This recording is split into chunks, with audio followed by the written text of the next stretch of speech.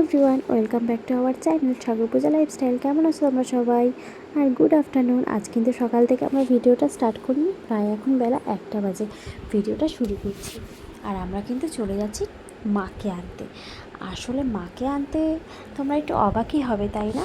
আর হ্যাঁ, আজ কিন্তু আমাদের সমাধির বাড়িতে পুজো ছিল, কালী পুজো। তাই আমরা কিন্তু সবাই মিলে ঠাকুর আনতে গিয়েছিলাম। এই দেখো, মা কিন্তু চলে এসছে প্রায় বাড়ির সামনে। এখন মায়ের বরণ হচ্ছে, মাকে এখন ঘরে নিয়ে যাওয়া হবে। আর সমাধির বাড়ি কালী পুজোতে আমরা এই 2 দিন খুব আনন্দ ও মজা করে কাটাই, জানো তো।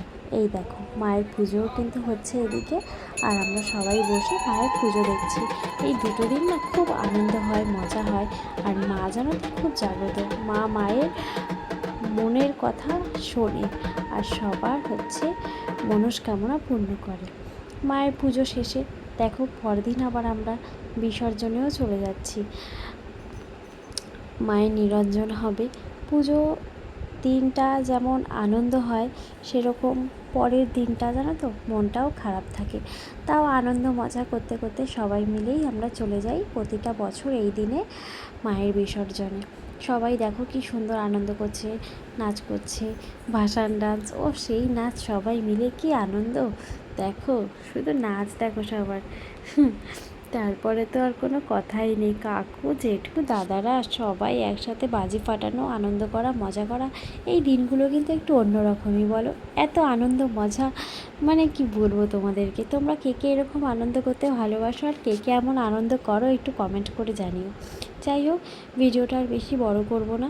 তোমরা ভালো থেকো, সুস্থ থেকো। আমার ভিডিওটা কেমন লাগলো অবশ্যই কমেন্ট করে জানিও। আর মাও তোমাদের ভালো রাখবে, সুস্থ রাখবে।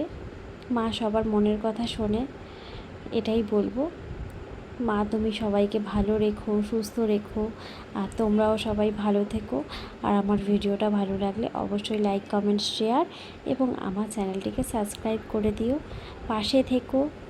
আর কি বলবো, টাটা, চলো, গুড নাইট।